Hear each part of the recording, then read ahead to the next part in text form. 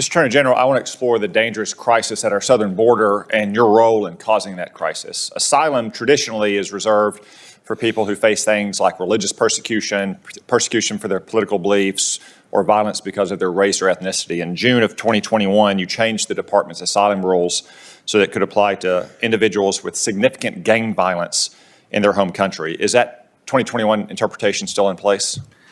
It is. It reinstates a previous interpretation the department had of the same asylum rules, yes. Okay.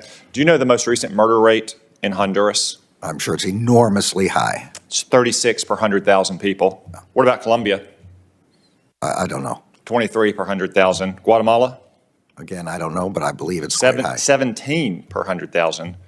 What about Mexico, right across our southern border? I also think it's very high. 28 per 100,000. So I have to say, since you rewrote the rules of asylum based on the perceived degree of violence in these countries, I'm a little surprised you didn't know those, but let's look a little bit closer to home. Do you know the murder rate in New Orleans last year? I don't, but I want to be clear, this wasn't based on violence. This is based on threats specifically to individuals, on gangs, where the country was unable to protect the person. That's what it was about. It wasn't about violence in general. Well, okay. Well, you're partly responsible for protecting Americans. So let's see. Honduras' government can protect its own people, except for 36 out of every 100,000 for murders. Guatemala, 17 out of every 100,000. The murder rate in New Orleans last year was 70 for every 100,000. What about St. Louis? Again, it's very high. I think. 68 per 100,000. What about Baltimore? Also very high. 58 per 100,000. Yeah.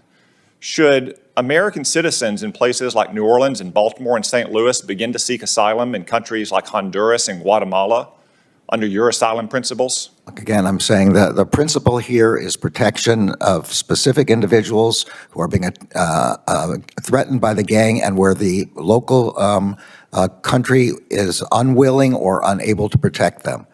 So is the United States government and the city governments of St. Louis and Baltimore and New Orleans unwilling or unable to protect its own citizens? I don't believe they're unwilling. They're doing everything that they can. We're supporting them in every way they can. The examples you're talking about are ones where they are unwilling to protect from gangs. So, Mr. Attorney General, one of the reasons we have a crisis at our border where we have illegal aliens running to our Border Patrol, not away from our Border Patrol, is this interpretation of asylum, that anyone, anywhere who lives in a dangerous or poor country can come here and seek asylum, as opposed to seeking it, as is traditionally the case for things like persecution on religious belief or political practice. But let's move on.